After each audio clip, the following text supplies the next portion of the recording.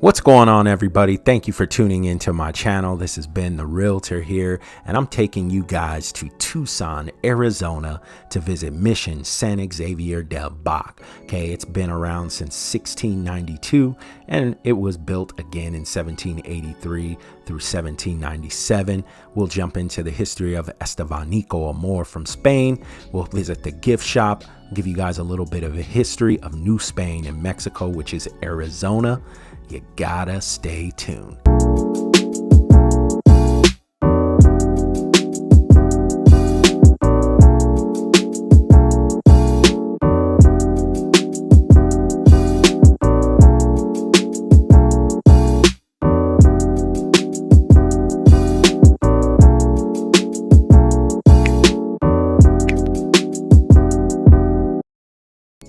Welcome back to my channel, everyone. Smash up that like button, hit the subscribe button, and definitely hit that notification bell so you get notified every time I drop a new video. Okay, so we're in Tucson, Arizona. This is about 10 minutes south of downtown Tucson, and this is Mission San Xavier Del Bac. Okay, this is actually Spanish colonial history. Okay, they were converting people to Catholicism. This is actually named after Francis Xavier. He's a Christian missionary, Christian meaning Catholic at those times, and co-founder of the Society of Jesus, which was the Jesuit order. Okay, they were looking for gold when they came here, and they wouldn't have found this place, and this is why I'm bringing it up, if it wasn't for an explorer, a Moor from Spain at the time, because remember, Portugal and Spain finally conquered the Moors, and they threw them out of Spain. You had Jewish Moors, you had Muslim Moors, and they were making them convert as well. So Estevanico did convert. They have a park here. This is my footage here in Tucson, Arizona, Estevan Park. Okay, Estevanico was an explorer for Spain, and he explored the entire Southwest, not Lewis and Clark. Okay, Estevanico. Remember, this was Spain. This was Mexico. The Aboriginals, the indigenous, ruled these lands. This is not what they teach you in your social studies books. Okay, this isn't your typical American history that they give you, but I'm going to jump into it a little bit as well, and I'm going to let others talk about it that have a little bit more info, and I'm going to go ahead and let them jump into it. He was an equal partner in a group of four that changed the map of the world, known as Esteban. He was the first non-Indian to cross the present states of Texas, New Mexico, and Arizona. He walked over 5,000 miles exploring southern part of our country, and yet he's largely unknown. Esteban was born around 1501 in the coastal city of Azamur in Morocco. After the Portuguese military retained control of the port, Esteban was captured and sold to Andreas Dorantes in 1522. They both took part of the Navarrese expedition, and 5 overloaded ships sailed from Spain to Santo Domingo. The Navarrese expedition would be a continuous disaster from start to final destruction. Pamphilo Narvaez and about 300 Spaniards sail into what's now Tampa Bay, and they immediately begin to experience all kinds of difficulties: snakes, hostile Indians, bad weather, etc., etc. And the result is that some of them decide to return to Cuba, and a huge storm arrives, which brings Esteban and 3 other Spaniards to the coast of Texas, near Victoria, Texas. Beginning in 1528, they somehow managed to survive and traverse the southwest over to what's now the state of Sinaloa in northwestern Mexico. And at that point, the Spaniards are very surprised to find them, and Esteban accompanies he and his other colleagues to Mexico City, where they're treated as celebrities for their time. And at that particular time also, the Viceroy of New Spain, as Mexico was called during its colonial period, asked Esteban if he would be willing to lead a party of Spaniards into what's now New Mexico with Fray Marcos, to help find some wayward priests and other explorers, and of course also to find the 7 cities of Cibola. The life of Esteban is one of the most fascinating stories in American history. And nobody's coming here, right? I mean, they're in the Caribbean, they're in Florida, they're in Texas, and into Mexico, Cortez, kicking butt on the Aztecs, and down the Maya treasure, Inca gold, all that stuff. But they also, we were kind of like the Northland. Nobody really came here too much.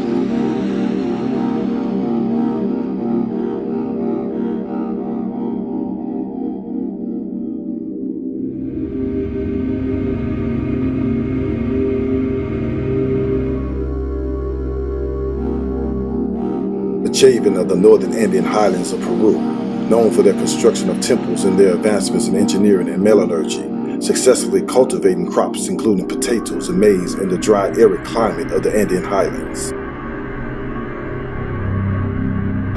The Nazca are the archaeological culture known for extremely complex textiles, an array of crafts and technologies such as ceramics and gigantic geoglyphs that can only be fully appreciated from higher altitudes in the sky, with lines stretching 30 miles and biomorphs ranging from 50 to 1,200 feet in length, or about the size of 10 football fields.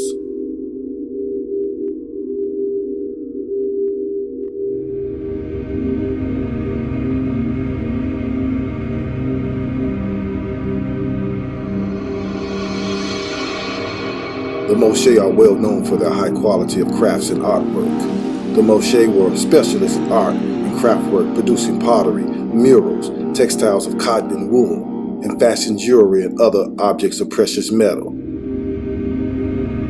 The Moorish used molds to mass-produce pottery, which they decorated with painted scenes of daily life and ceremonies, especially their naturalistic and articulate ceramics depicted their facial features and physiognomy in colorful portraitures.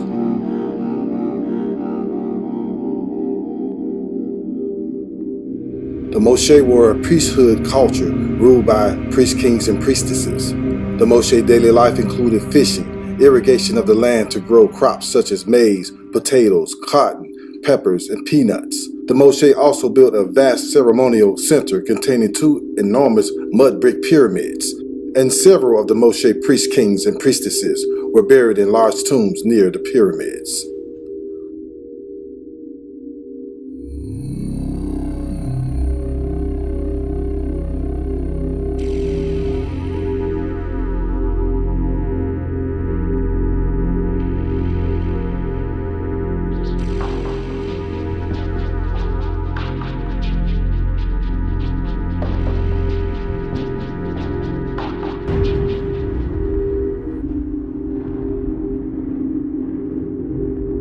The collapse of the Wade Empire. At the height of its glory, the Wade Empire dominated most of South America for about 400 years. One of the larger tribes that the Wades avoided for more than 1,000 years was the Moorish tribe. The Moorish tribe had existed in South America for thousands of years. The earliest South American tribes that came to North Africa 7,000 years ago and built ancient Egypt included Moorish.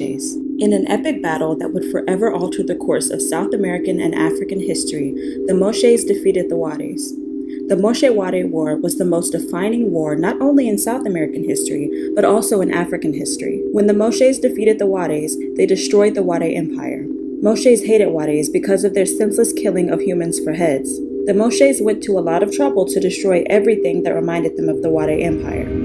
They also expelled the Wades from South America. Most of the Wades fled to Africa. The Chamu maintained the largest and most important political system in Peru before being conquered by the Inca. The Chamu expanded and gained power over their 500-year period through intensive farming techniques and hydraulic works, which joined valleys to form complexes of buildings for ceremonies, housing, and other facilities. The Chanca, Quichua, and Chamu were usurped by the Inca in the 1400s. In 1532, the Inca Empire was conquered in the Spanish conquest.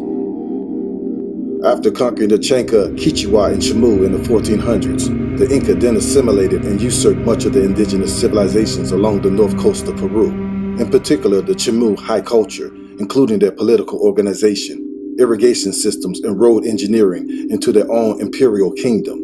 According to history, Archaeologists have assigned very ancient or prehistoric artifacts and ruins to the people that usurped the north coastal region of Peru in the 1400s. Artifacts and ruins that are eons older than the very presence of these people in the Americas.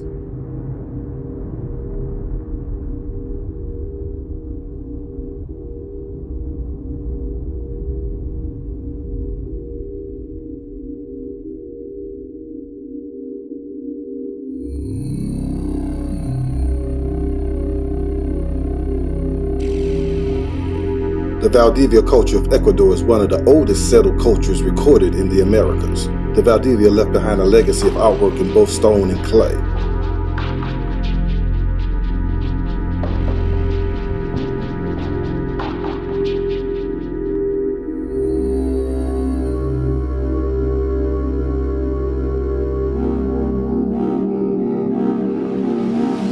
The Quimbaya civilization of Bogota or present-day Colombia are noted for their gold work, characterized by technical accuracy and detailed precision in designs of gold and human images.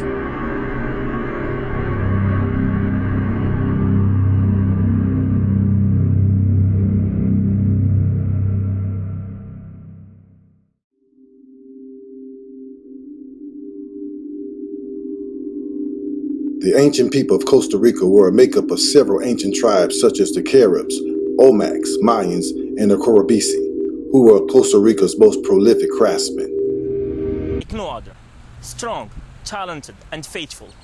Determined to finish his job, he offered to lead the expedition to find the 7 cities of gold. And by that, he blazed the trail that Coronado expedition will follow later. Esteban apparently had a unique ability to communicate with his hands. He was the one who probably deserves the most credit because of his ability to convince local indigenous peoples that he had magical as well as medicinal powers with which he could help them. And of course, in return, prevent them from being cannibalized or killed. Esteban generally receives credit as the first African to set foot in the Southwest. With the changing demographics of the United States and the interest in the Spanish background increasing, naturally somebody wanted to know who was the first European to set foot in the Southwest, who of course was Cabeza de Vaca, and then from there people would want to know who's the first African. And I would say this is what's stimulated interest in Esteban. Esteban started his journey as a slave, and he ended as a hero. His story is full of possibilities. It could become a spectacular summer movie, a play, or an opera. Esteban's story is an inspiring legacy that any immigrant can relate to, and from which every American needs to learn. And then Spain started wanting, Spain decided they were going to have New Spain here. This was all going to be Spanish territory. They were all Portugal and England and Spain and France. They were all trying to expand, and the real reason was to make money. They wanted to, and Spain got real spoiled. Cortez gave them a bunch of gold from the Aztecs, and they thought it would just keep coming. Well, so Spain has got 2 reasons for having New Spain, and New Spain is not only Mexico and South America and us, California, Utah, Colorado, Texas, Florida. New Spain went halfway up the United States. And what they said was that, well, we're Catholics and we have to convert all these people, so, otherwise they're all doomed to hell. That was their good reason. Their underlying reason was they needed money because they were fighting wars back in Europe. So anyway.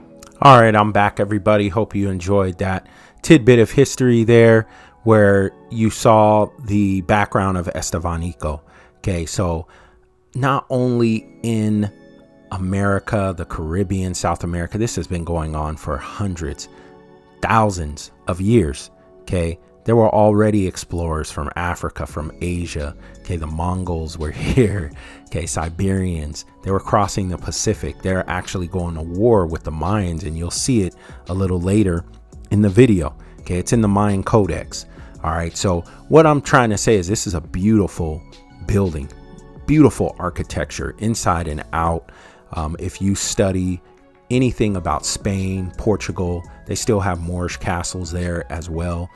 They have Moor festivals and things like that, because that was a big time in Spain, because there was Muslim rule with the Moors in Spain. There were also Hebrew Moors and things like that. They were getting kicked out, and there was a crusade to convert.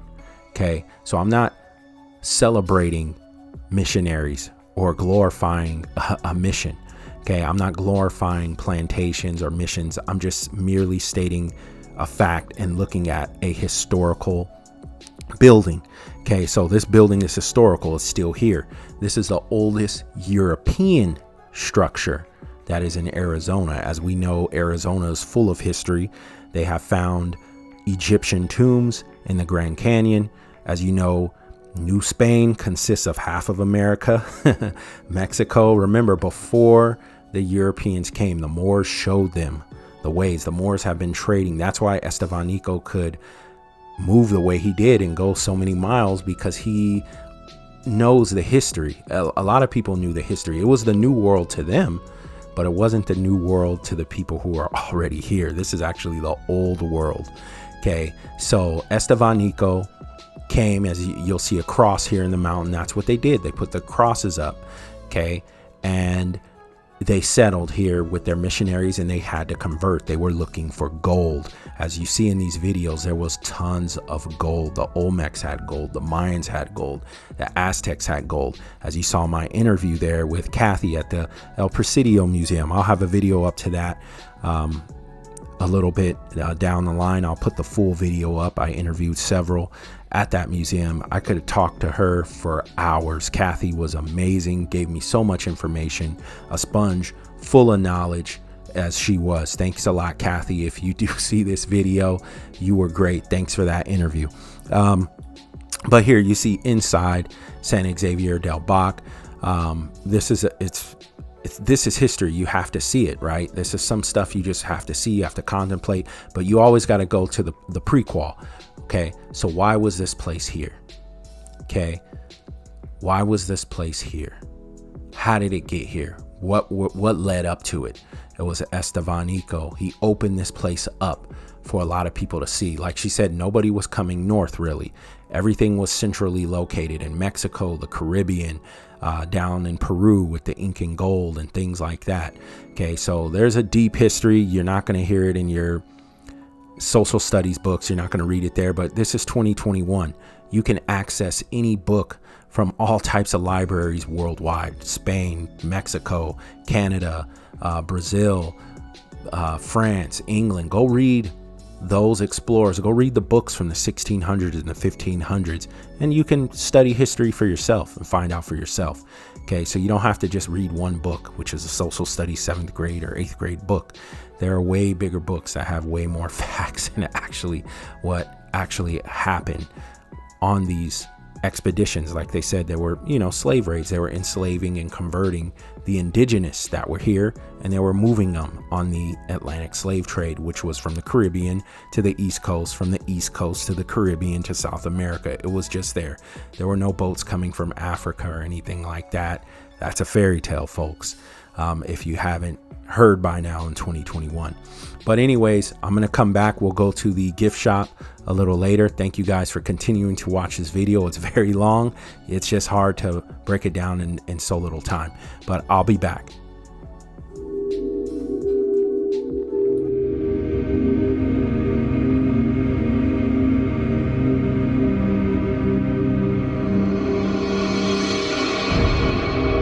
The Maya are one of the best known of the classical civilizations of Mesoamerica. According to the World History Encyclopedia, the archaic period of Mesoamerica began around 7000 BCE, or before the Common or Christian era, and the Maya origin in the Yucatan region began around 2600 BCE, or before the Common or Christian era. However, the early pre-classic or formative period dating for the Maya of 1800 BCE is more widely accepted, which still predates the archaeological dating of the Olmec civilization by centuries. The Maya occupied much of the northwestern part of the Isthmus of Central America, from Chiapas and the Yucatan through Guatemala, Honduras, Belize, and El Salvador, and into Nicaragua.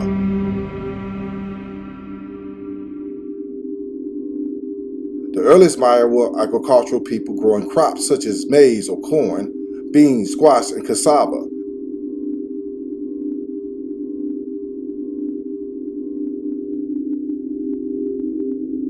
The Maya civilization is also noted for its logosyllabic script, the most sophisticated and highly developed writing system known in the pre-colonial Americas, as well as for its art, architecture, mathematics, calendar, and astronomical system.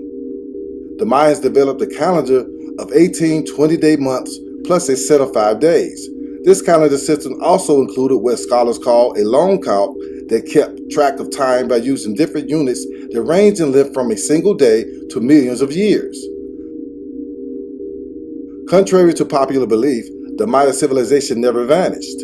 While many cities were abandoned over time, other cities such as Chichen Itza grew and flourished.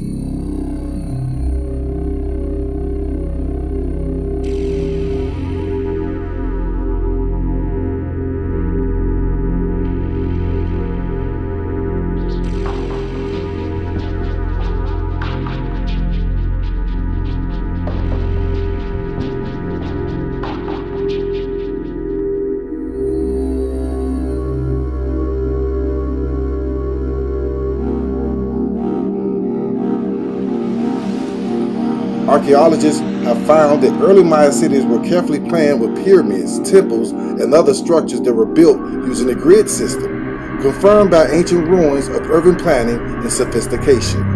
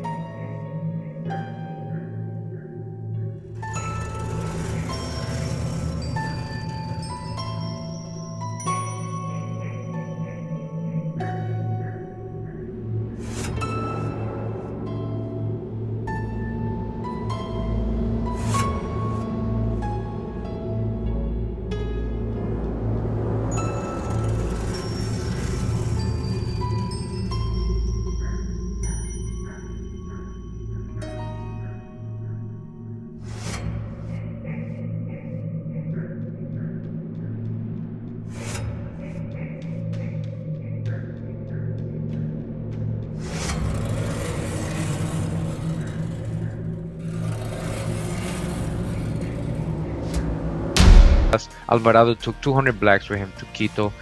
200 blacks? Soldiers. Moriscos were with Pizarro on his Peruvian expedition. They call it an expedition. Remember, these expeditions, we got this in past videos, that was code word for slave raids. Slave raids that were enslaving the American Indians, and invasion, conquest. Talk about expedition. The Moriscos were with Pizarro during their slave raids against the Aboriginals of America and carried his body back to the cathedral after he was murdered by the Aboriginals. And so they even carried his body back, made sure he got a proper burial. They honored him, these Moriscos Moors who had converted to Catholicism. You understand? In 1525, the Moors saved Almagro and Villadiva during their expedition from the Indians. They saved them from you, your ancestors again. Yo, we'll save you, come with us. From the interior of North America to southwestern part of the United States, the Moors assisted in the discovery of new lands. So-called discovery, right? They want to water it down. Remember this Herbert, I believe he's a pale person, white, So, again, this was an invasion. It was genocide. We've already shown this. They came with their diseases, with their religion, with their war, with their armies, soldiers, with their plagues. This wasn't no discovery. Again, from the interior of North America to the southwestern part of the United States, the Moors assisted in the discovery of new lands. Assisted in what? In the invasion and conquest and genocide of these new lands. Moors came with Alarcón and Coronado in the conquest of New Mexico. So you're going to see there's a pattern. Moors were all over. And almost every famous explorer historian had Moors. But the reality is most of them were Moors, and these explorers were Moors too. Most of them. Alright, Moors came with Alarcón and Coronado in the conquest of New Mexico. Moriscos accompanied Narvaez on his expedition of 1527 and were with Cabeza de Vaca on his exploration of the southwestern United States. Estevanico, we got this. You've been following 432 The Drop Radio, King Drop, breaking down Estevanico the Moor. An African explorer says, conquistador, pirate, conquistador, opened up New Mexico and Arizona for the Spaniards. They sent the brother ahead. It was like, yo, go talk to the Aboriginals. They look like you. They sent him ahead. He opened up the New Mexico and Arizona for the Spaniards. He was a black Moroccan guide, an interpreter who came to Florida from Spain in 1527 with the Panfilo de Narvaez expedition, slave raid. Remember, expedition is code word for slave raid. Who were there enslaving? American Aboriginals. So-called Negro American Aboriginals. And this other so-called Negro or so-called black Moroccan guide helped them. Estevanico. Estevanico sent back wooden crosses to indicate his progress. He put wooden crosses. They brought their gods of stone and wood. As the size of the crosses increased until they were as tall as a man, the Spaniards realized his mission had been successful in finding what he believed to be the fabulous and fabled 7 cities of gold. The 7 cities of Cibola, the 7 cities of gold. All right, you hear what's going on? You see this history they never tell us? Do you see this history that they never tell us about? They just want you to picture black and white. They just want you to say, oh, the Spaniards, the English, all these white people came here. No, it wasn't just white people. And they were looking for your cities of gold, your mythical cities of gold. That was all over here. From North America to South America, gold everywhere. This is the true terrestrial paradise. The 7 cities of gold of Cibola, Hawanaku, right? After entering what is today Arizona, Estevanico, Little Prince, at the market, learned what happened to him and immediately began petitioning for his freedom. A Southern journalist told the story to President John Quincy Adams, Secretary of State Henry Clay, whose personal intercession persuaded Prince Master to sign his manumission papers. Abidi al-Rahman Ibrima was released almost 40 years after enslavement, later through the intercession of U.S. President John Quincy Adams. In the cases of John ben Solomon and Abd al-Rahman Ibrima, Muslim slaves were accorded more respect and prestige. You hear what's going on? The Muslim slaves were accorded more respect and prestige than the other slaves. What's the other slave? The American Indians, the American Aboriginals. But the Muslim slaves had more respect and prestige. In the slave South, there was a tradition to view Muslim slaves more positively than other dodge the hijack American Indian slaves or other so-called blacks, other so-called Negroes. Dodge the hijack with Africans. They were enslaving you. We already proved this in other videos. Go back, get in the classroom if you haven't seen them. This fact did not go unnoticed by the slaves. Your ancestors was like, yo, why they treating those people better than us? That's messed up. Why they treating them better than us? We have the same complexion. What's going on?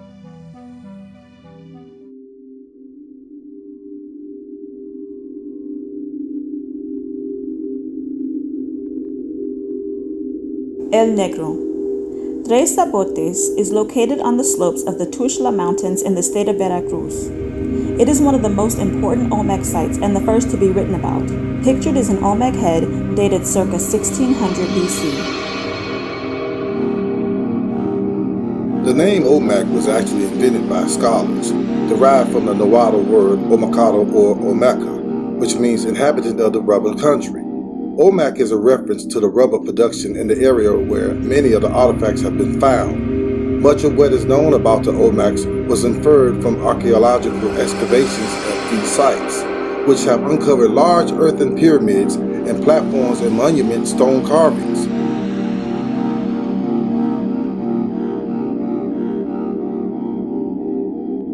Olmec inventions. The Olmecs are heavily copied by later civilizations.